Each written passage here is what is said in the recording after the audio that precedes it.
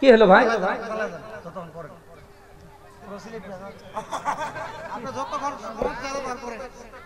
এই এত কথা কথা কেন? বক্তা দাওয়াত দিয়েছে খেলা করার জন্য না? কোন প্রশাসন আসবে না, কোন পুলিশ আসবে গ্রেফতার করলে আমাকে করবে? আপনি বক্তৃতা দেখে আমার দাওয়াত দিতে পারেন নাই? শুধু ঢাকা থেকে আমার দাওয়াত দিয়ে নিয়ে আসার দরকার ছিল। আপনারা যদি অতই চুলকায় তাই এই দেশের মলম লাগান। কোন পুলিশ আছে? আচ্ছা, এই দেশে কোরআন থেকে দলিল আর প্রমাণ নিয়ে যারা কথা বলে, এদেশে মুসলমান দাবি করার পরে যারা রাগ করে, এদের মন কি তৈরি হয়েছে আবু বকরের মতো না ও আবু জাহেলের মতো হয়ে আছে? কি মানুষ গো, দেখতে মাশাআল্লাহ। মসজিদে ইমামদেরকে হক কথা বলতে দেয়, অন্তত এই জেলায় নেই, সব ঢাকায় আছে। আমার বন্ধুরা, যারা পৃথিবীতে কোরআনের কথা শোনার পরে রাগ করবে, আমার কথা কি বোঝা যায়?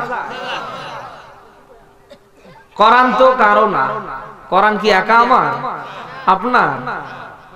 এ দেশের কোন দলে? এ কোরআন সবার। কথা বলেন। কিন্তু এই কোরআন শোনার পরে কেউ যদি মনে করে আমাকে বলছে, বোঝা লাগবে ওর রক্ত আর আবু জাহেলের রক্ত এক। আবু জাহেলও যা, ওটাও তা। মুসলমানের সন্তান এই দেশে কোরআন শোনার পরে রাগ করে, তোমার তো লজ্জা থাকা উচিত। আমার জন্মের পর পরে ইসলাম ধর্মের নিয়ম নীতি অনুযায়ী আমার কানে আযান দিয়েছে। কথা বলেন। যৌবন যখন টলমল, অ্যাক্সিডেন্ট হবে হবে ভাব, ঠিক ইন দা মিন টাইমে আমার মতো মৌলবি ওর বিয়েতে না যাওয়া পর্যন্ত ওকে মেয়েটাকে নিয়ে বাসর করতে পারবে? মরার পরে কাকে আগে লাগে? ওর মা মরলে কে আগে যায়? তো যারা এই দেশে মুসলমান দাবি করার পরে কোরআন শুনলে রাগ করে, বোঝা লাগবে অমুসলমান নেই, ও পুরোটাই আবু জাহেলের ভিতরে ঢুকে আছে। আর আল্লাহ না করুক তোমার যদি ওই অবস্থায় মৃত্যু হয়ে যায়, পৃথিবীর যত বড় হুজুর না, স্বয়ং জিবরাইল ফেরেশতা এসে তোমার জানাজা দিলেও লাভ হবে না। এই কথা বোঝা যায়?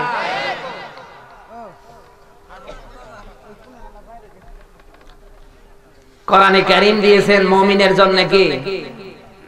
ঈমান বাড়ানোর মাপকাঠি। আপনার ঈমান আছে কিনা বোঝা লাগবে বা বোঝা যাবে কোরআন দিয়ে। কথা বলেন। আল্লাহ থার্মোমিটার তো কোরআনেই দিয়েছে। সূরা আনফাল 9 নম্বর পারা 16 নম্বর পৃষ্ঠার 2 নম্বর আয়াতে আল্লাহ দিয়েছেন মাঝের অংশে। যখনই আপনি কোরআন শুনবেন, কোরআনের আলোচনা শুনবেন, যাদাতহুম ঈমানা, আপনার ঈমান বাড়িয়ে দেবে কে? আল্লাহ। মুসলমানের সন্তান দাবি করার পরে, কোরআন শোনার পরে আপনার ঈমান বাড়ার কথা, যদি আরো আপনার রাগ বেড়ে যায় আবু জাহেলের মতো, আপনার কি আছে ঈমান? আর এই দেশে মানুষ মুসলমানের দাবি করছে আগা কেটে আর গরুর গোশত।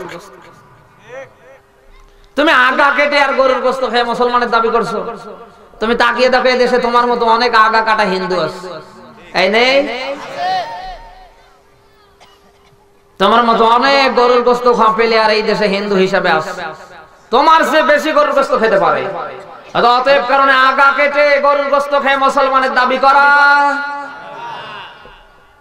আপনি যদি মুসলমানের দাবি করতেই চান, ইমানদার হতেই চান, আপনাকে কোরআন নিয়ে হওয়া লাগবে।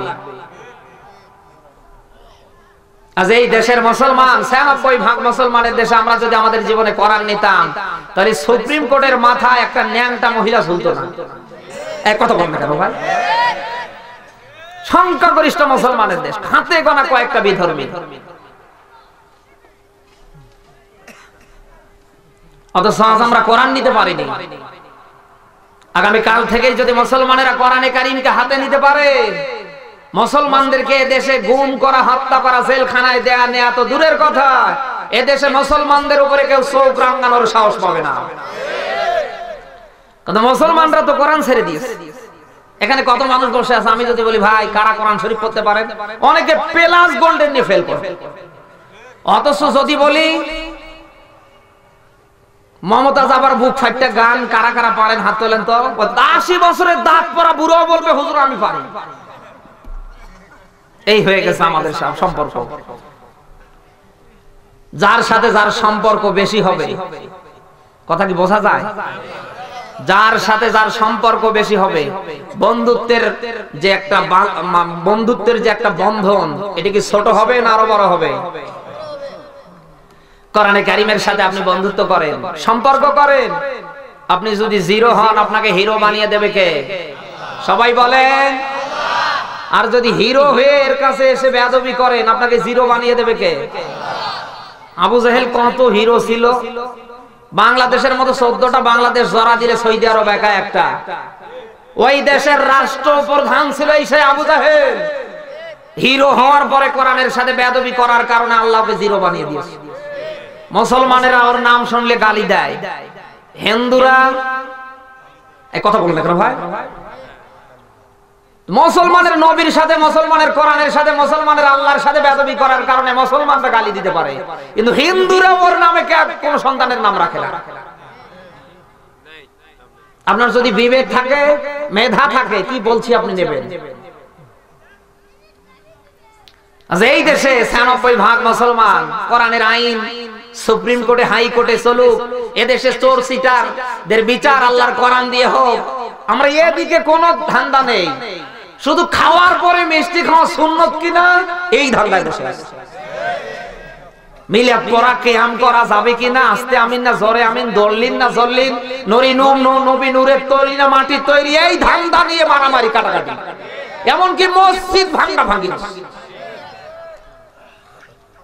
আসলে এগুলি তো ইসলামের কোন মৌলিক বিধান না, মৌলিক কোন বিষয়, এগুলি কোন ফরজ বিষয়। আপনি আস্তে আমিন বললেই কি আর জোরে আমিন বললেই কি? হাত আপনি এখানে বাদলেই কি আর না বাদলেই কি আর ছেড়ে দিলেই কি? দললি নাকি আর জললি নাকি? নবী নূরের কি আর মাটির কি? আল্লাহর আকার আকৃতি আছে কি না এ নিয়ে আপনার তো টেনশন করার দরকার নেই। এদেশে 96% মুসলমান, আপনি এদেশে একটা দেশের নিয়ম নীতি কোরআন দিয়ে চলছে না, এই টেনশন তো আপনার হওয়ার দরকার।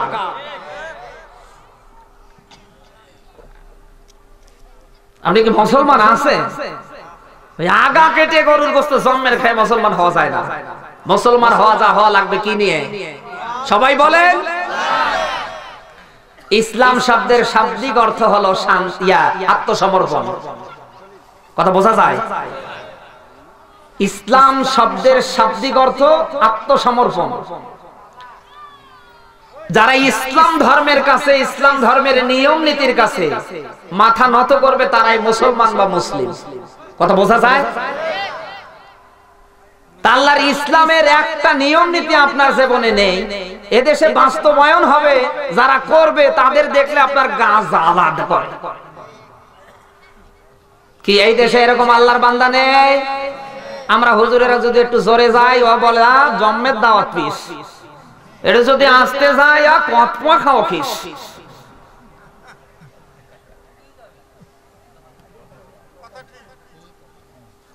আপনি এটা করবেন না, আপনি তো মুসলমানের সন্তান।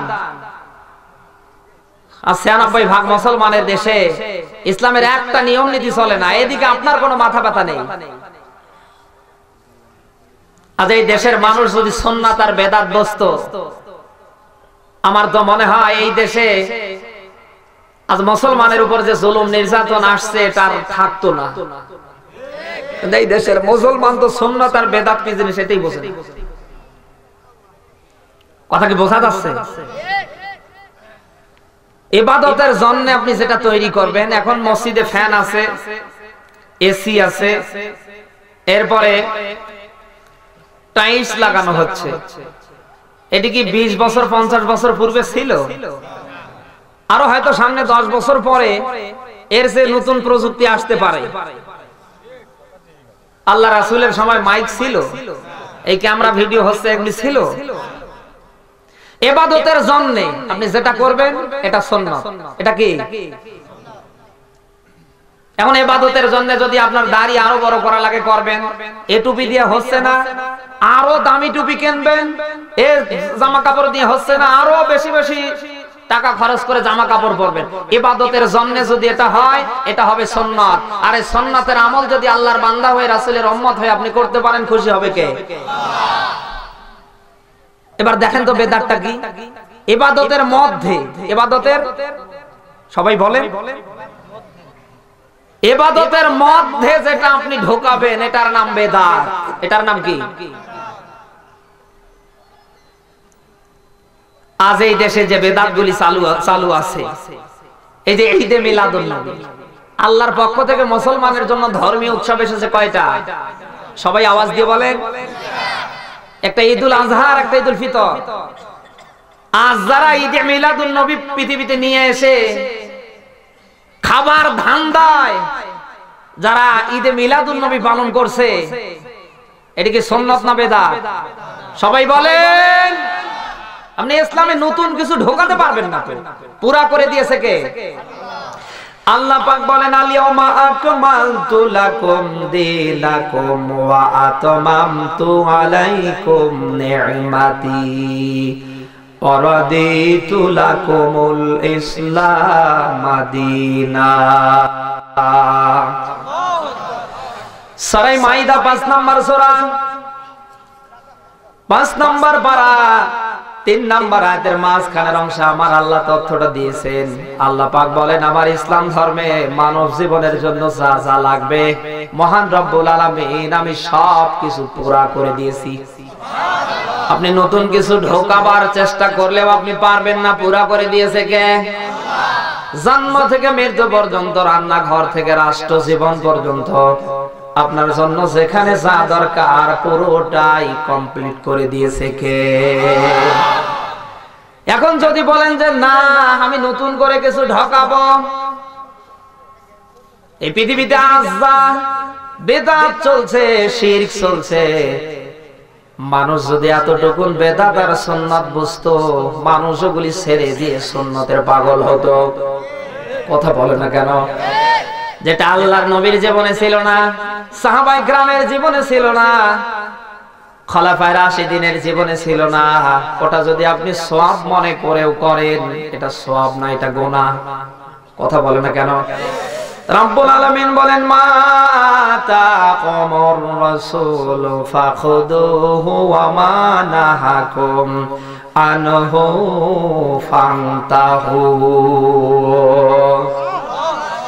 সূরা হাশর 28 নম্বর পারা 7 নম্বর আয়াতের অংশ আমার আল্লাহ দিয়েছেন।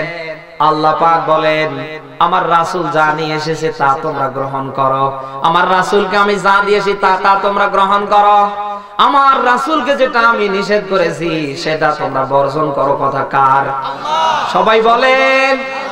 এখন আল্লাহর নবী যেটা নিয়ে এসেছে ওটা বাদ দিয়ে নতুনটা দিয়ে যদি আপনি ইসলাম ধর্মের নিয়ম নীতি শুরু করেন, তাহলে কিয়ামতের ময়দানে আল্লাহ এবং তার রাসূলের কাছাকাছি কি আপনি যেতে পারবেন? সবাই বলেন। আল্লাহর নবী মুহাম্মদুর রাসূলুল্লাহ যেটা করে নাই, আপনি যদি বড় পীর সাহেবের মুরিদ হয়ে খানকায় বসে ওটা করেন, আপনার সওয়াব হবে না গুনাহ হবে? সবাই বলেন।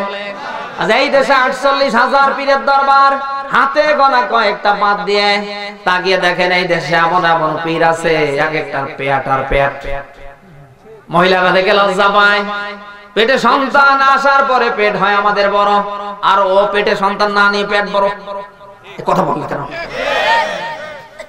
ওরা তো কুকুর শুকুর বিড়াল হালাল হারাম কিছু মানে না।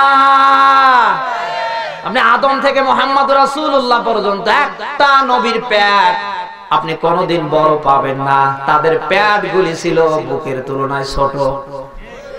আজ যাদের বড় বড় পেট, কি পেট গো! মনে যে একটা মরা কুকুর একবারে ঢুকবে, তাও মনে আরো 2টার জায়গা থাকবে। আরে এই দেশে এরাই দাবি করছে আশেকে রাসূল, অথচ আল্লাহর নবীর বিরুদ্ধে কত কথা হয়। এদেশে ইসলামকে নিয়ে আল্লাহর কোরআনকে নিয়ে আজে বাজে নানা মন্তব্য হয়। কোনদিন প্রতিবাদ এরা করে? আমরা দেখেছি। এক কথায় আমি এদের ব্যাপারে দলিল দিচ্ছি, এরা আশেকে রাসূল না, এরা আশেকে শয়তান। আশেকে রাসূল ছিলেন হযরতে বেলাল। আজ এই দুনিয়ার সব মুসলমানেরা, ইমানদারেরা যদি এক হয়ে সবাই মিলে যদি রাসূলকে ভালোবাসা শুরু করে, হযরতে বেলাল নিজের জীবনে আল্লাহর নবীকে যতটুকু মহব্বত আর ভালোবাসা দিয়ে ধন্য করেছে, আমার তো মনে হয় গোটা দুনিয়ার মানুষের কাছে হযরতে বেলাল জয়ী হয়ে যাবে। অথচ সাহাবীর জীবনে, আল্লাহর নবী মুহাম্মদুর রাসূলুল্লাহর জীবনে যেটা ছিল না, আজ আপনি নতুন এমন এমন জিনিস বানিয়ে ফেললেন। আপনি আপনার দরবার টিকে রাখার জন্য জিকির দিলেন, বৈশা যান বৈশা যান। এই কথা বলেন না কেন? এই যে ফরিদপুরের মাটিতে ৮ রশির দরবারে যে পীর, বর্তমানে পীর না ক্ষীর গো, ওর দাড়িও নেই, মোছও নেই। এদেশে মসজিদের ইমাম যদি দাড়ি ছোট করে ১ মুষ্টির নিচে হয়, এদেশে ওই মসজিদের মুসল্লিরা সপ্তাহে ৩ দিন দাড়ি কাটার পরেও ওই ইমামের পেছনে নামাজ পড়তে চায় না। কথা বলে না কেন? এই যে আশেকে রাসূল যারা দাবি করছে, এই যে ৮ রশিতে, এর দাড়িও নাই, মোছও নাই, বলে বিশ্ব ওলি। এই কথা বলে না কেন? এমন জিকির দিয়েছে, এমন এমন জিকির করে, ও কথা বলে না কেন? কিছু বোঝা যায়? যে জিকিরগুলি আপনারা দিয়েছেন এগুলি খাওয়ার ধান্দা, কোরআনেও নেই আর হাদিসেও একটাও নেই। আপনাকে জিকির করা লাগবে, জিকির করা একটা ইবাদত। কথা কি বোঝা যায়?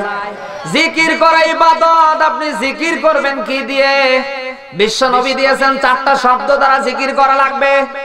১ নাম্বার শব্দ হলো আপনি জিকির করবেন সুবহানাল্লাহ দিয়ে, জিকির করবেন আলহামদুলিল্লাহ দিয়ে, জিকির করবেন আল্লাহু আকবার দিয়ে, জিকির করবেন লা ইলাহা ইল্লাল্লাহ দিয়ে। কথা কি বোঝা যায়? আপনি দেখান তো ৪৮,০০০ পীরের যে দরবারে এই দেশে আছে, হাতে গোনা কয়েকটা বাদ দিয়ে, এমন এমন দরবারে জিকির চালু করে দিয়েছে ঢোল তবলার বাজনা দিয়ে। এ কি জিকির গো? এই যে শরীয়তপুরের নড়িয়ায় গেলাম, সেখানে একজন বাবা আছে, বাবার নাম ন্যাংটা বাবা।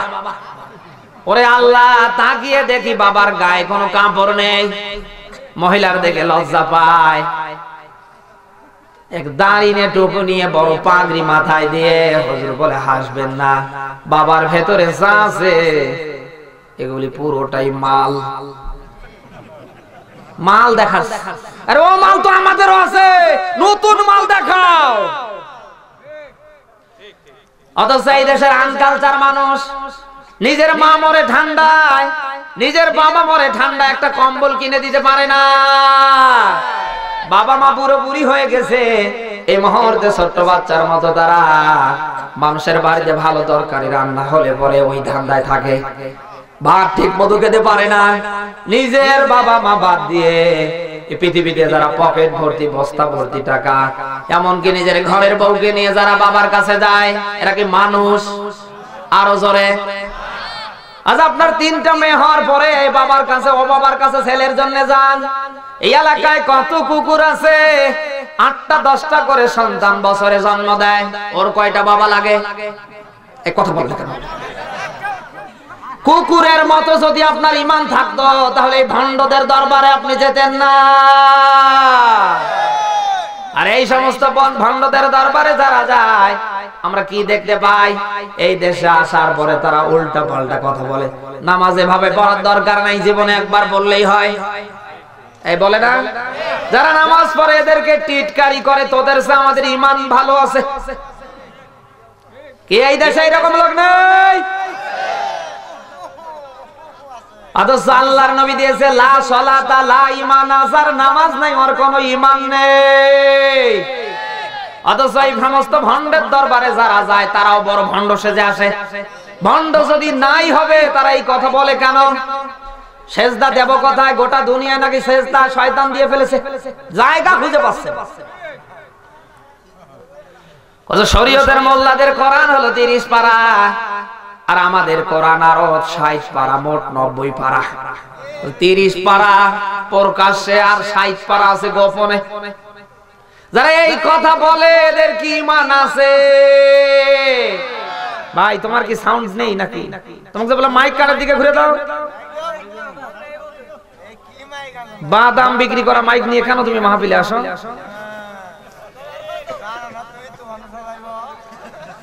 আমার বন্ধুরা, আমি কি বোঝাতে চাচ্ছি, আজ এই দুনিয়ার ময়দানে আমরা যদি কোরআনে কারীম নিজে জীবনে নিতাম, জীবনের প্রত্যেকটা জায়গায় কোরআনে কারীম দিয়ে আমরা এই জিনিসগুলি দুনিয়ার ময়দানে আমরা সুরাহা করার চেষ্টা করতাম। আজ এই দেশে চুরি ডাকাতি ছিনতাই রাহাজানি খুন খারাপি জানাবে বিচার যা হচ্ছে, আমার তো মনে হয় সব নিমিষে ফিনিশ হয়ে যেত। কথা বলে না কেন? কি দেখতে পেলাম, মাননীয় প্রধানমন্ত্রী থেকে নিয়ে শুরু করে মসজিদের ইমামরা বাদ দিয়ে যত ডিপার্টমেন্ট আছে আপনি তাকিয়ে দেখেন সবাই ওরাই। এর পরও আপনি তাকিয়ে দেখেন বিভিন্ন থানায় কোর্টে ওদের এই মামলা বেশি, ওরা এই দেশে বেশি অপমানিত লাঞ্ছিত। কথা বলে না কেন? অথচ আগামীকাল থেকে 16 কোটি মানুষের জননী মাননীয় প্রধানমন্ত্রী যদি জানা ব্যভিচার ইফটিজিং ধর্ষণের আইনটা কোরআনে কারীম দিয়ে পাশ করে, জানা ব্যভিচার ধর্ষণ এই দেশের যুবকরা করা তো দূরের কথা, আমার তো মনে হয় যারা যুবক রাতের স্বপ্ন দোষ বন্ধ হয়ে যাবে। এক কথা বলে না কেন ভাই? মানব রচিত আইন দিয়ে কিয়ামত পর্যন্ত জেনা ব্যভিচারের বিরুদ্ধে, ইফটিজিং এর বিরুদ্ধে যতই মানুষ আইন নতুন করে করুক না কেন, যতই চেয়ারম্যান মেম্বার প্রশাসন টেনশনে থাকুক না কেন, যতটুকুন জেনা ব্যভিচার হচ্ছে তার চেয়ে আরো দ্বিগুণ হবে। আমরা বাস্তবতায় কি দেখতে পাচ্ছি না? সবাই বলেন। আজ এই দেশে যে চুরি ডাকাতি, আজ যারা চুরি করছে এরা কি অভাবে না স্বভাবে? এই কথা বলেন ভাই। এই যে দাড়ি নিয়ে টুপি নিয়ে ইসলামিক ফাউন্ডেশনের মহাপরিচালক শামীম আফজাল কোটি কোটি টাকা মেরে দিয়েছে, কি অভাবে না স্বভাবে?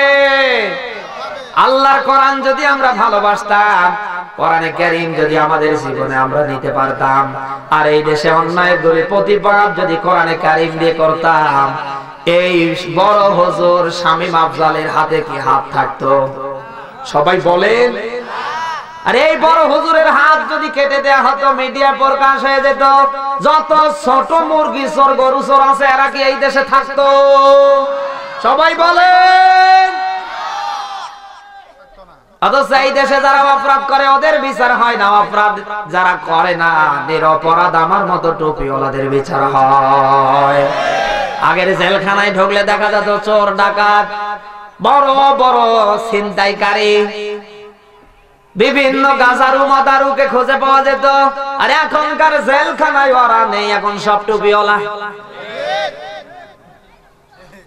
মানব রচিত আইন দিয়ে কিয়ামত পর্যন্ত মানুষ যদি চেষ্টা করে এই পৃথিবীতে চুরি ডাকাতি ছিনতাই বন্ধ করবে, কিয়ামত হয়ে যাবে, কোনদিন এটা সম্ভব হবে না।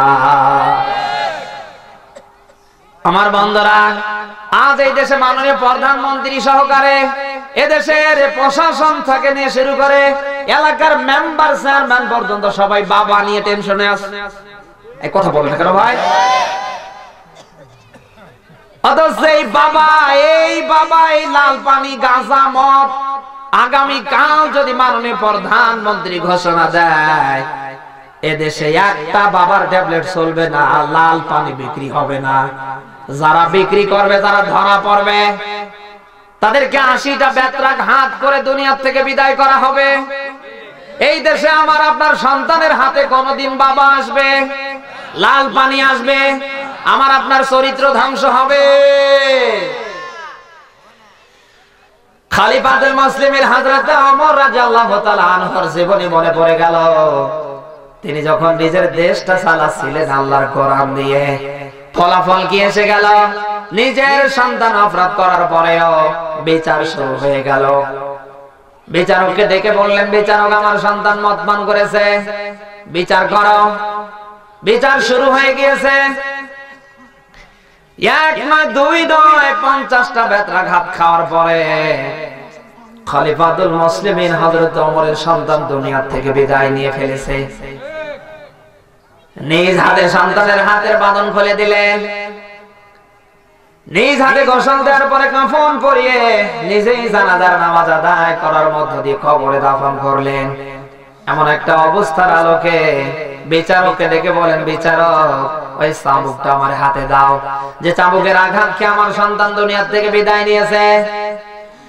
খলিফাতুল মুসলিমিন হযরত ওমর ফারুক রাদিয়াল্লাহু তাআলা আনহু চাবুকটা হাতে নিয়ে সন্তানের কবরের উপরে মাটিতে বেত্রাঘাত শুরু করে দিয়েছে। লোকেরা অবাক হয়ে গিয়েছে। ও খলিফা, জানতে চাই এর কারণটা কি? সন্তান তো মারাই গিয়েছে। এক নয়, দুই নয়, 30টা বেত্রাঘাত এক এক করে গনে গনে শেষ করার পরে উত্তর দিয়ে দিলেন, আমার সন্তান দুনিয়ায় মদ পান করার কারণে 80টা বেত্রাঘাত করা, তার উপর আল্লাহর ফরজ আইন আমার উপর হয়ে দাঁড়িয়েছে। 50টা খাওয়ার পরে তো মারা গিয়েছে, আরো 30টা বাকি আছে। কবরের মাটির উপরে আমি পুরা করে দিলাম, কিয়ামতের ময়দানে আমার আল্লাহ যাতে আমাকে এর ব্যাপারে আর নতুন করে জিজ্ঞেস না করে। এই বাংলাদেশে মাননীয় প্রধানমন্ত্রী সহকারে আজ যারা বড় বড় ক্ষমতাগুলি নিয়ে, যারা বড় বড় চেয়ার নিয়ে বসে আছে, তারা যদি খলিফাতুল মুসলিমিনের মতো অন্যায়ের বিরুদ্ধে রুখে দাঁড়াতো, ওদের দলের কোন লোক ছাড় পেত? সবাই বলেন আওয়াজ দিয়ে। কিন্তু ওদের দলের লোক হাজার অপরাধ করার পরে ওদের অপরাধ, ওরা আল্লাহর ওলি। আর এই দেশে অপরাধ না করার পরে অপরাধী হয় আমার মতো হুজুর। আমার বন্ধুরা, এই জন্য কোরআন কারীম আপনার আমার জীবনে নেওয়া লাগবে। কোরআন যদি আমার জীবনে থাকে, কোরআন কারীম আপনার আমার জীবনে যদি থাকে, পৃথিবীর প্রত্যেকটা জায়গায় আমার আল্লাহ ইজ্জত আর সম্মান দেবে। হযরত আয়েশা সিদ্দিকা রাদিয়াল্লাহু তাআলা আনহা বলেন, ইন্না লিকুল্লি শাইইন শারাফা ইয়াতাবাহুনা বিহি ওয়া আন্না বাহা উম্মতি শারাফুল কোরআন। বিশ্বনবী জানিয়েছেন, এই পৃথিবীতে আল্লাহর বান্দা আমার নবীর উম্মতেরা পৃথিবীতে গর্ব করবে, অহংকার করবে কোরআন নিয়ে। কথা কি বোঝা যায়? কোরআন নিয়ে আপনাকে অহংকার করা লাগবে। অথচ আজ আপনার অহংকার, আজ আপনার গর্ব কোরআন দিয়ে হয় না, কোরআন দিয়ে আপনি করতে চান না। আজ আপনি এই পৃথিবীতে গর্ব করেন, অহংকার করেন ক্ষমতার চেয়ার পাওয়ার পরে। এই কথা বলতে কেন? পরে আপনার দিন দুনিয়া সব শেষ, টার্গেট দেন 99 পর্যন্ত। আজ আপনার সম্পদের গর্ব করেন, আজ আপনার ছেলে জজ, ব্যারিস্টার, এমপি, মন্ত্রী, আপনি এগুলির বড়াই করেন। এগুলি দুনিয়ার ময়দানের ক্ষণস্থায়ী, চোখ বন্ধ হয়ে গেলে দুনিয়ায় পড়ে থাকবে। কথা বলে না কেন? কিন্তু কোরআনে কারীম নিয়ে যদি গর্ব করতে পারেন, আল্লাহর বান্দা হয়ে, রাসূলের উম্মত হয়ে, কিয়ামতের ময়দানে মহান রব্বুল আলামিন আপনার জীবন ধন্য করে দেবে।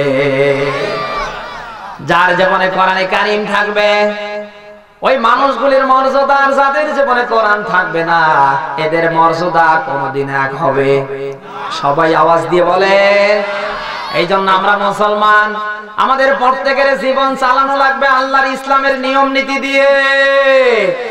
ইসলাম বাদ দিয়ে, কোরআন বাদ দিয়ে যদি আপনার ব্যক্তি জীবন চলে, আপনার সমাজ জীবন চলে, আপনার পারিবারিক জীবন চলে, আপনার রাজনৈতিক জীবন চলে, আপনার অর্থনৈতিক জীবন চলে, আপনার রাষ্ট্রনীতি চলে, এটা দুনিয়ার কোন নীতি না, এগুলি জাহান্নামের নীতি। এদেশে কেউ যদি এখন ইসলাম ধর্ম বাদ দিয়ে রাজনীতি করতে চায়, এটা রাজনীতি না, এটা খাওয়ার ধান্দা। এই কথা বল না কেন? ইসলাম বাদ দিয়ে এই দেশে কেউ যদি বিয়ে করতে চায়, এটা বিয়ে না, এটা জিনা। আজ এই দেশে এরকম আছে না নেই? ইসলাম ধর্মে যৌতুক নেই, হালাল না হারাম? মুসলমানদের বিয়ের অনুষ্ঠানে হিন্দুদের মতো গান বাজনা, এগুলি হালাল না হারাম? আপনি যদি এগুলি নিয়ে করেন, তাহলে বিয়ে না, এটা হলো জিনা, ব্যভিচার। কথা বলে না কেন? এই জন্য ইসলাম নিয়ে আপনাকে পৃথিবীর সব কিছু করা লাগবে। ইসলাম বাদ দিয়ে যদি এগুলি হয়ে যায়, আমার আল্লাহ দুনিয়ার ময়দানে আপনাকে ছাড়বে না। কথা বোঝা যায়?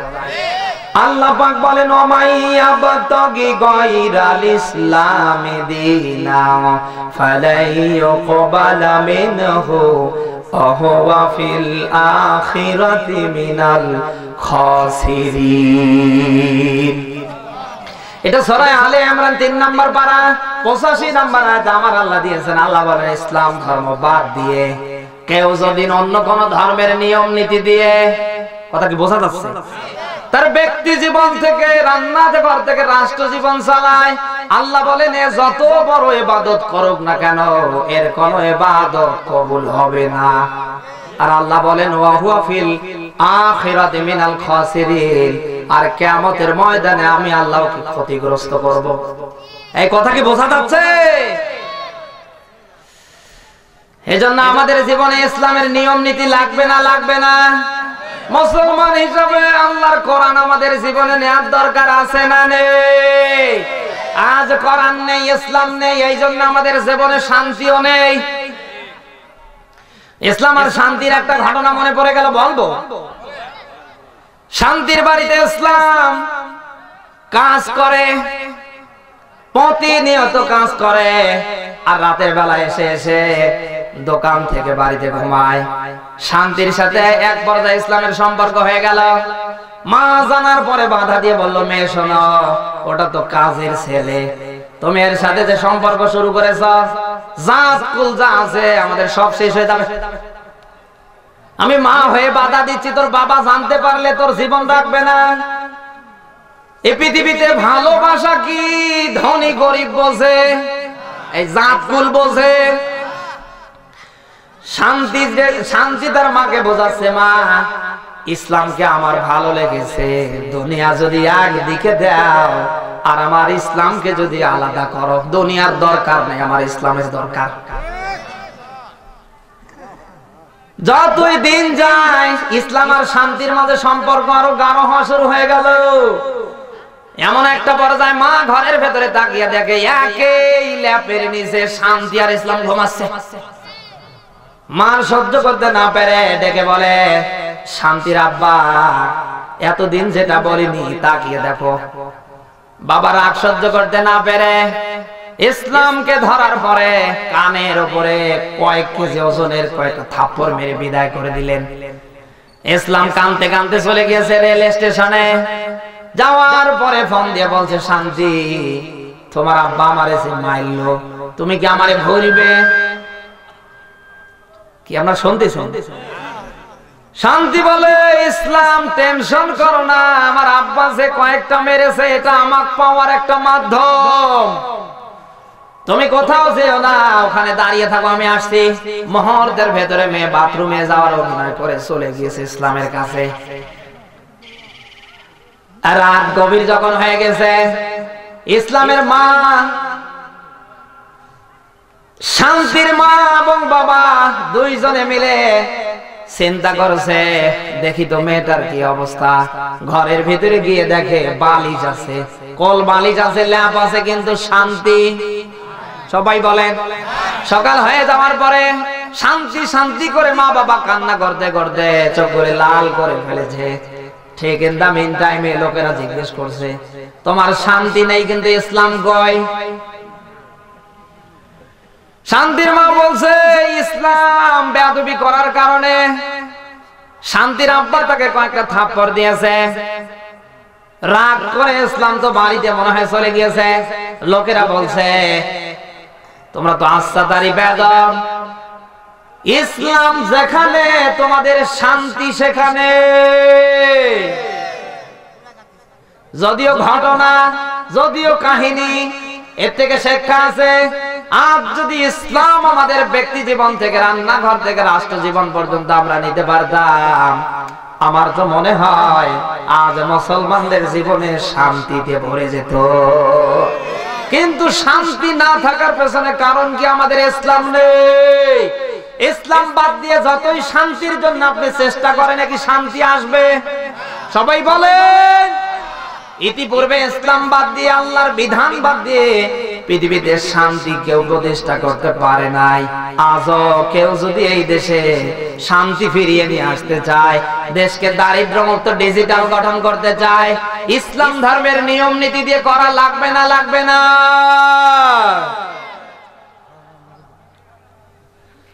আমার বান্দারা, এই জন্য মুসলমানের সন্তান হিসাবে আপনাকে কোরআনে কারিমের কাছে আসা লাগবে। কারণ এই কোরআন যাদের জীবনে ছিল, মহান রব্বুল আলামিন তাদেরকে এতটা ইজ্জত আর সম্মান দিয়েছে, আজও দুনিয়ার ময়দানে তাদের একটা ফটো নেই, কিন্তু প্রত্যেকটা মুসলমানের হৃদয়ে তাদের নাম আছে না নেই? এই সেই বেলাল, এত পরিমাণ তার চেহারাটা কালো, কিন্তু কোরআনে কারিমের কাছে আসার কারণে আল্লাহ বেলালের এত ইজ্জত আর সম্মান দুনিয়ায় ধরিয়ে দিয়েছে যে বেলাল একবার আযান না দিলে ফজর হতো না। কিয়ামতের ময়দান যেদিন কায়েম হবে, পৃথিবীর কোটি কোটি মুয়াজ্জিনেরা যদি এক পাশে দাঁড়িয়ে যায় আর বেলাল যদি এক পাশে দাঁড়িয়ে যায়, মহান রব্বুল আলামিন বেলালের মর্যাদা বৃদ্ধি করে দেবে বেশি। এই কালো মানুষটা যদি কোরআন জীবনে নেওয়ার কারণে, কোরআনের উপর ঈমান রেখে নিজের জীবনটাকে যদি কোরআন দিয়ে সাজানোর কারণে আল্লাহ যদি এত ইজ্জত আর সম্মান তার জীবনে ধরিয়ে দিতে পারে, আজ আমাদের কি হয়ে গেল? আমরা এমন অবস্থায় দুনিয়ার ময়দানে চলছি, হিন্দু না মুসলমান বোঝার কায়দা নেই। আমার বান্দারা, এই জন্য আল্লাহর বান্দা হয়ে, রাসূলের উম্মত হয়ে আপনাকে কোরআনের সাথে সম্পর্ক করা লাগবে কি লাগবে না?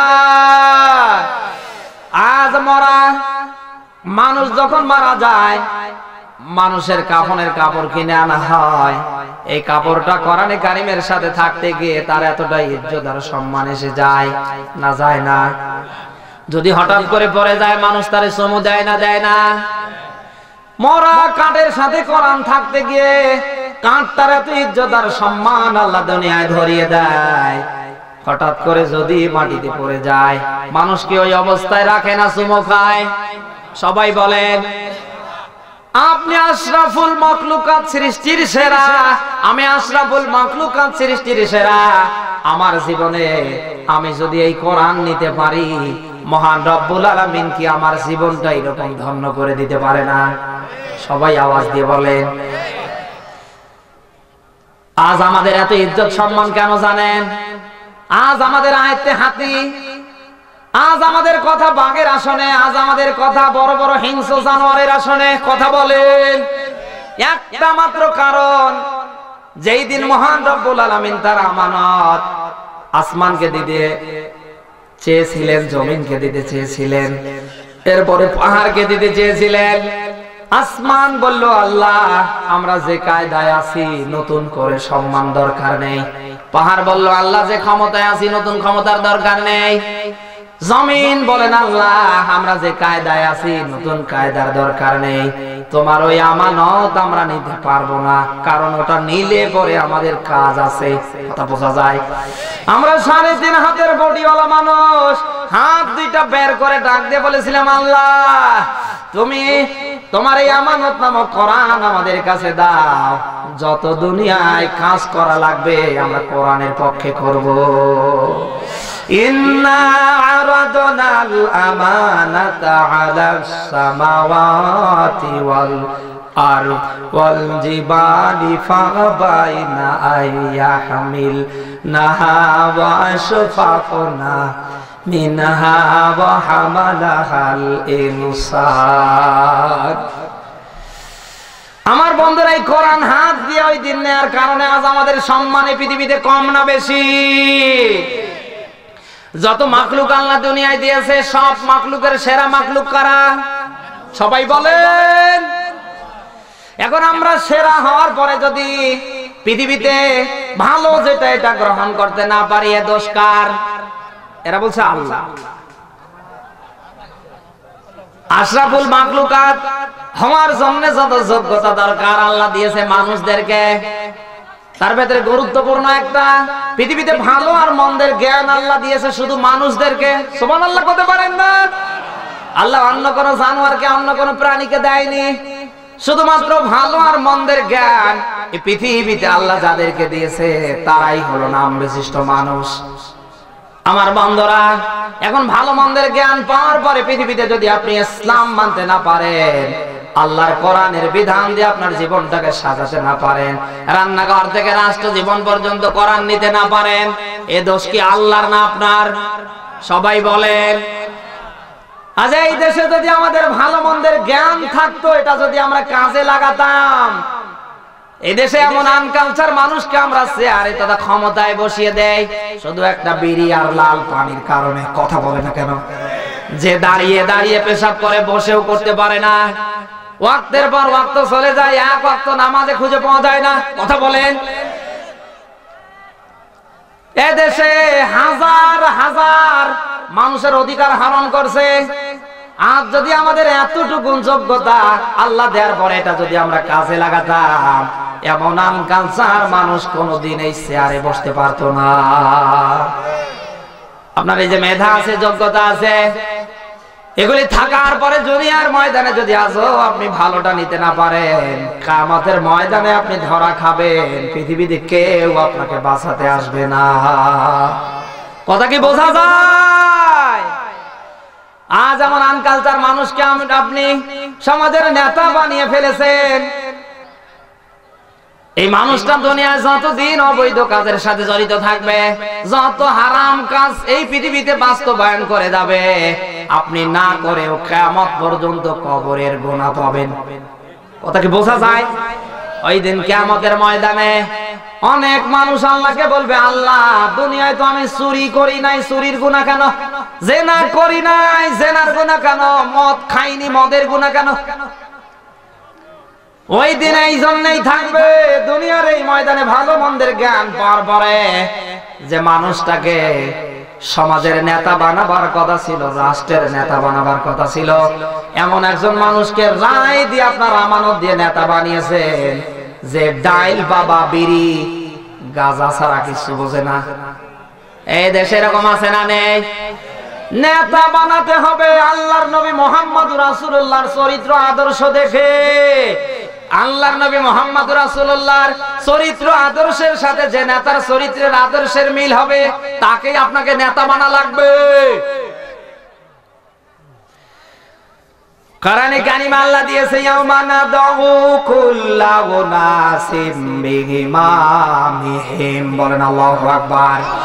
আল্লাহ বলেন কিয়ামতের ময়দান যেদিন কায়েম হবে, সেই দিন নেতা সহকারে তার দল বলকে আমি আল্লাহ ডাকবো। এখন যে নেতার পিছনে আপনি চড়ছেন, দাঁড়িয়ে দাঁড়িয়ে পেশাব করে, নামাজটা পর্যন্ত পড়ে না। কথা বলেন। হাজার হাজার মানুষের অধিকার হরণ করছে। এই নেতা যদি কিয়ামতে এই অবস্থায় দাঁড়িয়ে যায় আর আপনি একে ফলো করলেন, নেতাকে যদি আল্লাহ জাহান্নামে দেয়, আপনাকে কি জান্নাতে দেবে? সবাই বলেন না কেন ভাই?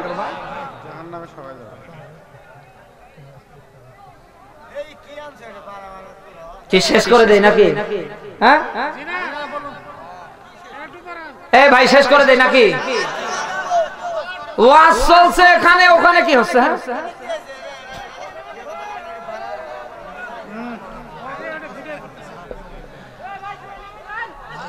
আমার বন্ধুরা,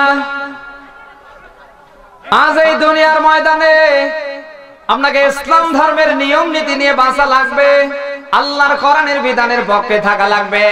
আপনি যদি থেকে পৃথিবী ছাড়তে পারেন, আপনার জীবনটাকে ধন্য করে দেবে কে? সবাই বলেন। আজ এতটুকুন যদি আমরা দুনিয়ায় চিন্তা করতাম, আজ এতটুকুন যদি দুনিয়ার ময়দানে আমরা ভাবতাম আমরা কি করছি, আমাদের দ্বারা কি হচ্ছে, কথা বলে না কেন? এতটুকুন যদি আল্লাহর ভয় আমরা আমাদের জীবনে নিতে পারতাম, তাহলে আজ পৃথিবীতে যা হচ্ছে এগুলি কি হতো? এই কথা বলে না কেন ভাই? আজ আপনি তাকিয়ে দেখেন, আমরা যারা মানুষের উপর জুলুম করছি, নির্যাতন করছি, কাটাচ্ছি, মানুষকে যারা কষ্ট দিচ্ছি, এতটুকুন যদি আমাদের চিন্তা চেতনা থাকতো, আমি কি করছি, এই লোকটা যদি আমারে মাফ না করে, আল্লাহ কি আমারে মাফ করবে? আল্লাহর একটা হক আছে, আল্লাহ ইচ্ছা করলে গফুর, গফফার, রহিম, রহমান নামের ওসিলা আপনাকে মাফ করলেই করতে পারে। কিন্তু বান্দারও হক আছে, বান্দা যদি মাফ না করে আল্লাহ আপনাকে মাফ করবে না। আজ আপনি একজনের কাছে 10-20 হাজার টাকা নিয়ে ফেললেন, ভয়ে আপনি ওর পাশ দিয়ে যান না, মোবাইল বন্ধ করে রাখেন। আল্লাহ না করুক যদি অবস্থায় আপনার মৃত্যু হয়ে যায়, ওই লোকটা যদি আপনাকে মাফ না করে আল্লাহ কি মাফ করবে? সবাই বলেন। রাস্তার বাজেট হয় কোটি কোটি টাকার, কয়েক লাখ টাকা দিয়ে রাস্তা বানিয়ে দেওয়ার পরে 3 মাস পরে গর্ভবতী মহিলাকে নেওয়া যায় না। এই কথা বলবে কেন? ডেস্টিনির টাকা, গম মারার টাকা, জনগণের অধিকার আপনি যে নষ্ট করছেন। এতটুকু যদি আপনার ভেতরে আল্লাহর ভয় থাকতো, এই লোকগুলি যদি আমাকে মাফ না করে কিয়ামতের ময়দানে আল্লাহ আমাকে মাফ করবে না। তাহলে আজ আমরা যারা সুদ নিয়ে, ঘুষ নিয়ে, অবৈধ পন্থায় সম্পদের মালিক হচ্ছি, আমরা কি এগুলি হতাম? এই কথা বলবে কেন? ভাই মারা যাওয়ার পরে আস্তে করে ভাই তার ভাইয়ের জমিগুলি জাল দলিল করে নেয়, না এদেশে নেই। জমি জায়গা সব ছেলের নামে দেয়, মেয়েটার মাথায় হাত বোলায়। আমরা আজ পৃথিবীতে শরীকও ফাঁকি দিতে পারতাম না, অপরের হকও নষ্ট করতে পারতাম না। কিন্তু তাকিয়ে দেখেন আমাদের ভেতরে ভয় নেই কার? সবাই বলেন। আমাদের ভেতরে যতদিন আল্লাহর ভয় না আসবে, যতই র‍্যাব বলেন, পুলিশ বলেন, কবরা বলেন, যত বাহিনী বলেন, এদের ভয় দিয়ে পৃথিবীতে কোনো মানুষ 1 নাম্বার হতে পারবে না। আপনি যাতে আল্লাহর ভয় অন্তঃকরণে নিতে পারেন, গোটা কোরআনে কারীমের ভেতরে মহান রব্বুল আলামিন আখিরাত, পরকাল, মিজান বলছে, আর জান্নাত জাহান্নাম সম্পর্কে আল্লাহ যে তথ্যগুলি দিয়েছে, আমার বন্ধুরা পুরা 10টা পারার মতো করে আল্লাহ দিয়েছে। সুবহানাল্লাহ করতে পারেন না? কারণ আল্লাহ ভালো করে জানে পৃথিবীতে বান্দা যদি আমার কাছে ফিরে আসে, মানুষের ভয়ে আসতে পারবে না। মানুষকে ভয় করলে বান্দা আমার দিকে আসতে পারে না। বান্দা যদি একমাত্র আমার ভয় অন্তঃকরণে নিতে পারে, ওই বান্দার দ্বারা পৃথিবীতে কোনো 2 নাম্বারই হবে না। আমার বন্ধুরা, আজ এত কিছু হচ্ছে, আমাদের ভেতরে ভয় নেই কার? আল্লাহ পাক বলেন, ইয়া আইয়ুহাল্লাযীনা আমানু তাকুল্লাহা হাক্কা তুকাতিহি ওয়া লা তামুতুন্না ইল্লা ওয়া আনতুম মুসলিমুন। এটা সূরা আলে ইমরান 4 নম্বর পারা, 6 নম্বর পৃষ্ঠা, 4 নম্বর পারা, 2 নম্বর পৃষ্ঠার 102 নম্বর আয়াতে আল্লাহ দিয়েছেন। আল্লাহ পাক বলেন, হে ঈমানের দাবি যারা করো, আমি আল্লাহকে ভয় করো করার মতো।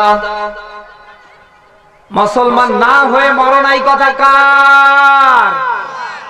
আল্লাহ আপনাকে ডাক দিচ্ছে আদর করে, এরপরে আল্লাহ ধরিয়ে দিচ্ছে, বান্দা ভয় করা লাগবে করার মতো। কারণ কি, আল্লাহর ভয় যদি আপনার ভেতরে থাকার মতো থাকে, এই পৃথিবীতে আপনার দ্বারা নামাজ ত্যাগ হবে। এই কথা বলতে কেন? পৃথিবীতে অপরের ক্ষতি হবে। আপনি কি অন্যায় করতে পারবেন? কারণ যেটাই করেন না কেন, পৃথিবীর কোন মানুষ না দেখলেও একজন দেখে, তিনি কে? সবাই বলেন। ঘরের দরজা বন্ধ করেছেন, জানলাগুলি লাগিয়ে দিয়েছেন, কেউ দেখছে না, একজন তাকিয়ে আছে, তিনি কে? এই পৃথিবীতে কেউ আপনার বিচার করছে না, কিয়ামতের ময়দানে যিনি করবে তিনি কে? সবাই বলেন। এতটুকুন ভয় যদি আমাদের জীবনে থাকতো, ইবনে মাজার হাদিসে দেখলাম হযরত আবু হুরায়রা দিয়েছেন, আল্লাহর নবী দিয়েছেন, কিয়ামতের ময়দান যেদিন কায়েম হবে, জমিনটা পর্যন্ত মানুষের বিপক্ষে সাক্ষী দেবে। আপনার হাত বিপক্ষে চলে যাবে, আপনার অঙ্গ প্রত্যঙ্গ আপনার বিপক্ষে চলে যাবে। আজ আপনি হাত দিয়ে যত খারাপ কাজ করছেন, পৃথিবীতে হেঁটে হেঁটে যত খারাপ কাজের সাথে সম্পর্ক তৈরি করছেন, কিয়ামতের ময়দানে জমিনটা যদি আপনার বিপক্ষে সাক্ষী দেয়, আপনার কোন বাবা আছে বাঁচাবে? এই কথা বলতে কেন? এমন একটা আমলনামা আমার আল্লাহ ধরিয়ে দেবে, দুনিয়ায় ছোট গুনাহ থাকবে, বড় গুনাহ। সবাই বলেন। আপনার তো ওই ধান্দা নেই, আপনার ধান্দা হলো কি করে কাক ঠকিয়ে 2 বিঘা জমি বেশি করা যায়। আপনার তো ধান্দা ওই কি করে ক্ষমতায় 41 71 টার্গেট দিয়ে থাকা যায়। এই জন্য যত হুজুর মারার দরকার মারা লাগবে। এই কথা বললে কেন? এই পৃথিবীতে মানুষ নিজের নিজের বলে সব দাবি করে, আসলে কি ওর এগুলো নিজের? সবাই বলে আজ এতটুকুন চিন্তা চেতনা যদি আমাদের ভিতরে থাকতো, আমরা অন্তত দুনিয়ার ময়দানে যে অন্যায়গুলি করছি, আমার তো মনে হয় অন্যায় করা দূরের কথা, আমরা এগুলির এক একজন পাহারাদার হয়ে যেতাম। আজ পরিবারগুলির দিকে তাকান, স্ত্রী নামাজ পড়ে না, মেয়ের দিকে তাকান, মেয়ে নামাজ পড়ে না, ছেলের দিকে তাকান, ছেলে নামাজ পড়ে না। কথা বলে মেয়ে পরে ক্লাস 9 হাতে 20,000 টাকা দামের টাচ মোবাইল, ছেলে পরে ক্লাস 10 20,000 টাকা দামের। কি হলো ভাই?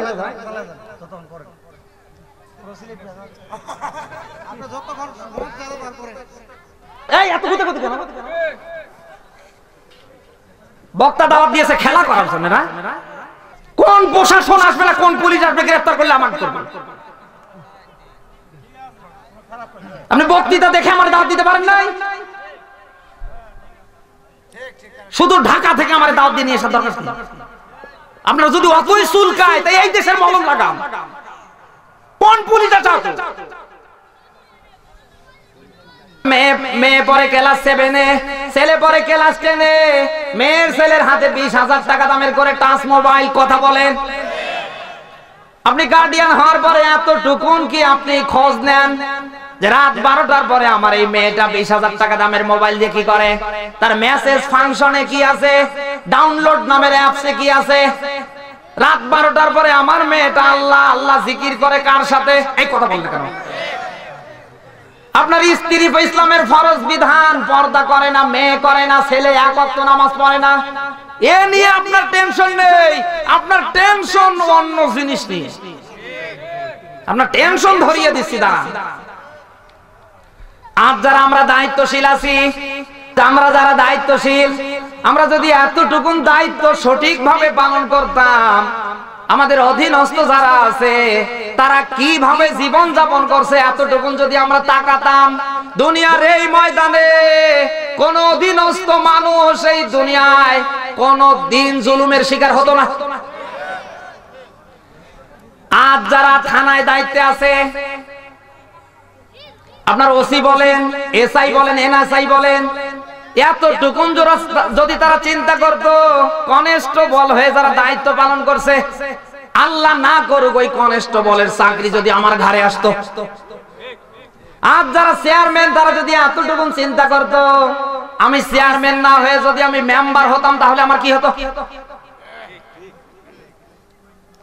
আমার বন্ধুরা, এই জন্য অধীনস্থ যারা আছে তাদের খবর নেওয়া লাগবে। আজ আপনি দায়িত্বশীল, আল্লাহর দিকে তাকিয়ে আল্লাহর ভয় নিয়ে আপনার মেয়ে বলেন, ছেলে বলেন, আপনার স্ত্রী বলেন, সবাই মিলে যাতে ইসলামের বিধান মানতে পারে, আল্লাহর কোরআনের বিধান মানতে পারে, ওই চেষ্টা আপনাকে করা লাগবে। আজ যদি দায়িত্বশীল হয়ে আপনি না করতে পারেন, কিয়ামতের ময়দানে আপনাকে জাহান্নামে দেবে কে? যেমন তেমন করে আল্লাহ দেবে না। সূরা হামিম সিজদা 41 নম্বর সূরা 24 নম্বর পারা 29 নম্বর আয়াত আমার আল্লাহ দিয়েছেন, ওই দিন যেদিন কিয়ামতটা কায়েম হয়ে যাবে, আপনার স্ত্রী, আপনার ছেলে, আপনার অধীনস্থ যত কর্মচারী আছে, এদেরকে দুনিয়ার এই ময়দানে আপনি যদি আল্লাহর দিকে দাওয়াত দিয়ে আল্লাহওয়ালা বানাতে না পারেন, এই চেষ্টাও যদি আপনার জীবনে না থাকে, ওই দিন তাদের জোড়া পায়ের লাথি খেয়ে আপনাকে জাহান্নামে যাওয়া লাগবে। আজকে এই দেশে মেয়ে যদি একটু রেজাল্ট খারাপ করে, ছেলে যদি একটু রেজাল্ট খারাপ করে, অনেক গার্ডিয়ান আমরা আছি সমাজে মাথা উঁচু করতে পারি না। নিজের ঘরের বউ যদি কারোর সাথে সম্পর্ক করে, আমরা আর মানুষের মাঝে বের হতে পারি না। কথা বলেন, লোকেরা দেখলেই বলে তুই এত ভালো, তোর বউ পালিয়ে গেল। আমার বন্ধুরা, কিয়ামতের ময়দানে কোটি কোটি মানুষের ভেতরে এই মেয়ের কারণে, ছেলের কারণে, মেয়ের জোড়া পায়ের লাথি খেয়ে, ছেলের জোড়া পায়ের লাথি খেয়ে, আপনার স্ত্রীর জোড়া পায়ের লাথি খেয়ে আপনাকে জাহান্নামে যাওয়া লাগবে। আপনি কি এটা চান? এখানে যত মানুষ বসে আছে ওরা তো বিবেক দিয়ে বলছে না, এরা সবাই আবেগ দিয়ে বলছে। এই মুহূর্তে যদি বলি ভাই এশার নামাজ কারা পড়েছেন, অনেকে গোল্ডেন নিয়ে ফেল করবে। আজ আপনি দুনিয়ায় কি করছেন, কিসের ধান্দা করছেন?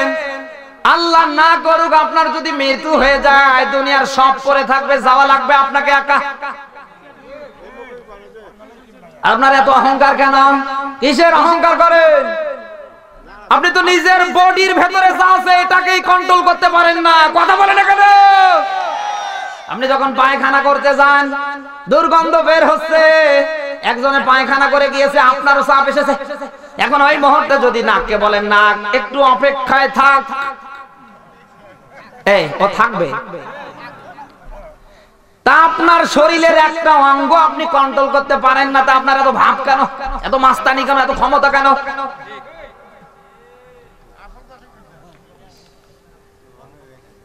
আমার বন্ধুরা, এই জন্য এক আল্লাহর দিকে তাকিয়ে দুনিয়ায় যেটা করেছেন আপনাকে করা লাগবে। আর এটা যদি আল্লাহর জন্য হয়ে যায়, কিয়ামতের ময়দানে আপনার জীবনটাকে সফল বানিয়ে দেবে কে? এই জন্য আল্লাহর ভয় আমাদের দরকার আছে না নেই? এই পৃথিবীতে কারো জীবনে যদি আল্লাহর ভয় থাকে, মহান রব্বুল আলামিন তাকে দুইটা পুরস্কার দেবে। এক নাম্বার পুরস্কার, শাহিন ভাই কোন সমস্যা? আপনার কথা বললেই তো আমার ডিস্টার্ব। দুইটা পুরস্কার আল্লাহ দেবে। এক নাম্বার পুরস্কার, এই দুনিয়ার ময়দানে আপনাকে মহান রব্বুল আলামিন বড় বড় আপদ আর বিপদ থেকে আপনাকে মুক্তি দেবে। সুবহানাল্লাহ করতে পারেন না? আমার বন্ধুরা, এই দুনিয়ার ময়দানে কারো জীবনে যদি আল্লাহর ভয় থাকে, ওকে পুরস্কার আল্লাহ দেবে কয়টা? সবাই বলেন। দুইটা পুরস্কার আল্লাহ দেবে। এক নাম্বার পুরস্কার, মহান রব্বুল আলামিন দুনিয়ার এই ময়দানে আপনাকে বিপদ আপদ থেকে মুক্তি দেবে। দুই নাম্বারে, এই পৃথিবীতে আল্লাহ আপনাকে ইজ্জত আর সম্মান দেবে। যতটুকু ইজ্জত আর সম্মান আছে আল্লাহ দ্বিগুণ করে দেবে। সুবহানাল্লাহ করতে পারেন না? কারণ আল্লাহ বলেন ইন্না আকরামাকুম ইনদাল্লাহি আতকাকুম। বলেন আল্লাহু আকবার। সূরা হুজুরাত 26 নম্বর পারা 13 নম্বর আয়াতে আল্লাহ দিয়েছেন। আল্লাহ বলেন আমার কাছে সবচেয়ে সম্মানিত প্রিয় হলো তারা, আমি আল্লাহকে ভয় করে যারা। ক্ষমতা, চেয়ার, ধন সম্পদ, চেহারা আল্লাহ দেখে না, আল্লাহ দেখে আপনার ভেতরে ভয় আছে কার। কথা বোঝা যায়? আগামী কাল থেকে আপনার জীবনে যদি হাক্কা তুকাতি আল্লাহর ভয় নেয়ার মতো আপনি নিতে পারেন, এই পৃথিবীতে আপনি যে কাজই করেন না কেন, এটা যদি আল্লাহর স্মরণে হয়ে যায়, মহান রব্বুল আলামিন প্রত্যেকটা কর্মকে আপনার জীবনের জন্য নেকি বানিয়ে দেবে। আমাদের দরকার আছে না নেই? কোন মানুষ যদি আল্লাহর ভয় নিয়ে, ভীতি নিয়ে সকালবেলা কাজ শুরু করে দেয়, ফজরের নামাজ পড়ার পরে জোহর পর্যন্ত যত কাজ করবে সব নেকি বানিয়ে দেবে কে? জোহর থেকে আসর পর্যন্ত কোন মানুষ যদি আল্লাহর ভয় নিয়ে সঠিক দায়িত্ব পালন করে, মানুষের বাড়িতে কামলা দেয় হোক, আর রিক্সা চালায় হোক, ভ্যান চালায় হোক, যে কর্মই হোক না কেন, এটাতে যদি আল্লাহর ভয় থাকে, যতক্ষণ কাজগুলি হবে সব নেকি বানিয়ে দেবে কে? ওই ভয় তো আমাদের নেই। মালিক থাকলে কাজ হয়, মালিক না থাকলে আর কাজ নেই গো, বিড়ি টেনে শেষ। আপনি ওই মালিককে ফাঁকি দিলেন, একজন মালিক আছে, তিনি তো দেখছে। আগামীকাল থেকে আল্লাহর ভয় নিয়ে এই পৃথিবীতে যদি আপনি দুনিয়ার এই কাজগুলি করতে পারেন, মহান রব্বুল আলামিন আপনাকে এত ইজ্জত আর সম্মান দেবে। আজ আপনি মানুষের বাড়িতে কামলা দিচ্ছেন, আজ আপনি রিক্সা চালাচ্ছেন, ভ্যান চালাচ্ছেন, অটো চালাচ্ছেন, আজ আপনার নানা সমস্যা এগুলি একটাও থাকবে না, সব দূর করে দেবে কে? এটা আমাদের নেওয়ার দরকার আছে না নেই? আমি আপনাদের মাঝে সূরা আলে ইমরানের 4 নম্বর পারার 6 নম্বর পৃষ্ঠার 133 নম্বর আয়াতে কারিমা তেলাওয়াত করেছি। একটু জাস্ট তাস দিয়েই আমি শেষ করব, আপনাদের কষ্ট হবে না তো? এবার আপনি আসেন, আপনি কি করছেন? আপনাকে মরা লাগবে না? লাগবে না? কেউ আছে যে আমি মরবো না? পৃথিবীর প্রত্যেকটা জিনিসের এই ওয়ারেন্টি হয়, কিন্তু আমরা কতদিন থাকবো এর কোনো ওয়ারেন্টি আছে? এবার আল্লাহ আপনাকে ডাকছে, আল্লাহ আপনাকে বানিয়ে জাহান্নামে দেবে, এটা আল্লাহর টার্গেট না। এই কথা বোঝা যায়? আল্লাহর যদি এটা টার্গেট থাকতো যে আপনাকে জাহান্নামে দিয়ে জ্বালাবে, তাহলে আল্লাহ কোরআনের ভেতরে আল্লাহ গফুর আর গফফার, রহিম আর রহমান দিতেন না। কথা কি বোঝা যায়? এক ভাগ মহব্বত গোটা সৃষ্টিকুলের উপরে আল্লাহ দিয়েছে, 99 ভাগ কার কাছে? সবাই বলেন। আজ এক ভাগ মহব্বত আমার কাছে থাকার কারণে আমার স্ত্রীর কিছু হলে আমি ঠিক থাকতে পারি না, আমার মায়ের কিছু হলে আমার বাবা ঠিক থাকতে পারে না। কথা বলেন। আর 99 ভাগ মহব্বত নিয়ে বসে আছে কে? সবাই বলেন। ওই আল্লাহ আপনাকে জাহান্নামে দেবে, ওই জন্য আল্লাহ বানায়নি। আপনি শেষ মুহূর্তেও যদি ফিরে আসতে পারেন, তাওবা নাসুহা করতে পারেন, ইসলাম নিতে পারেন, কোরআন নিতে পারেন, আমার আল্লাহ আপনাকে মাফ করে দেবে। আর ওই আল্লাহ আপনাকে ডাকছে। কি কষ্ট হচ্ছে? আল্লাহ বলেন দৌড়াও ইলা মাগফিরা, বান্দা আমার ক্ষমার দিকে। এ কথা কার?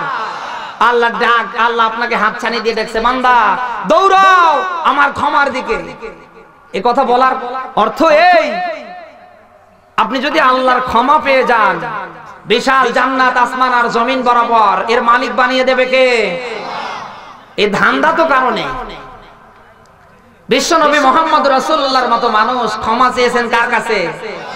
সাহাবীরা বলতেন, হে রাসূল আপনি কান্না করেন কেন? বিশ্বনবী বলেন, হে সাহাবীরা, আল্লাহ যদি আমারে মাফ না করে, নবী হিসাবে কিয়ামতে আমার বাঁচার উপায় থাকবে না। নবীর মতো মানুষ টেনশন করছে, আল্লাহ যদি তাকে মাফ না করে কি হবে? আর উম্মত হয়ে আমরা ধান্দা করছি। আমাদের মাফ পাওয়ার দরকার আছে না নেই? এজন্য আল্লাহ যে কোনো কায়দায় আপনাকেও মাফ করবে, আমাকেও মাফ করবে। ওই কায়দা খোঁজা লাগবে। কথা বোঝা যায়? এই জন্য অন্তত আমরা এই পৃথিবীতে কারো হক নষ্ট করব না। আজ এই পৃথিবীতে যারা হক নষ্ট করছেন, আল্লাহ তার হক মাফ করলেও বান্দা হিসাবে যদি মাফ না করে, আল্লাহ মাফ করবে না। কথা বোঝা যায়? আজ এই দেশে এমন সন্তান আছে মা বাবার হক আদায় করতে চায় না, বউয়ের কারণে ও শ্বশুর বাড়িতে গিয়ে ঘর জামাই হয়ে আসে। তোমার মা বাবার হক আদায় না করে যদি তুমি মারা যাও, আর মা বাবা যদি তোমাকে মাফ না করে, আল্লাহ মাফ করবে? ইবনে মাজার হাদিস আবু হুরায়রা দিয়েছেন, আল্লাহর নবী বলেন, হমা জান্নাতুকা হমা নারুকা, তোমার মা বাবা জান্নাত, তোমার মা বাবা জাহান্নাম। সুবহানাল্লাহ কথা বলেন না? মা বাবারে যদি আপনি খুশি করেন, জান্নাত দেবে কে? আর মা বাবা যদি বেজার হয়, আজ আপনি বউ পাগলা দেওরা হয়ে মা বাবাকে কষ্ট দিচ্ছেন। আরে ভাই, একটা বউ মারা গেলে আরো বউ পাওয়া যাবে। এই কথা বল না কেন? বলেন তো, মা বাবা যে দুনিয়া থেকে বিদায় নিলে মা বাবা পাওয়া যাবে? পৃথিবীতে সবাই আপনার স্বার্থের জন্য ভালোবাসে, এমনকি আপনার বউটা, শ্বশুর, শাশুড়ি সবাই। স্বার্থ ছাড়া যদি কেউ আপনাকে ভালোবাসে, পছন্দ করে, তারাই মা বাবা। আজ আপনার ছোট্ট একটা সন্তান মানুষ করতে গিয়ে কত কষ্ট। আপনি আজ কি বড় হয়েছেন আসমান থেকে পড়ে? শীতে আপনার সন্তান কত জ্বালায়। ওই রকম জ্বালানি কি আপনি আপনার স্ত্রীকে, আপনি ওই রকম আপনার মাকে জ্বালাননি? এই জন্য মা বাবা যদি আমাদের মাফ না করে, আমাদের আল্লাহ মাফ করবে না। অন্তত আমরা ইমানের দাবি নিয়ে অন্তত এই পৃথিবীতে আমরা এই হকগুলি পূর্ণ করার চেষ্টা করব। আমরা পারবো তো? আমরা অপরের কোনো হক নষ্ট করব না, অপরের কোনো ক্ষতি করব না। আর আল্লাহ যে কায়দায় মাফ করে, আমরা ওই কায়দা অন্বেষণ করব। এই আমরা সবাই পারবো? আল্লাহ যেন আমাদের তৌফিক দান করে। জোরে বলেন আমিন।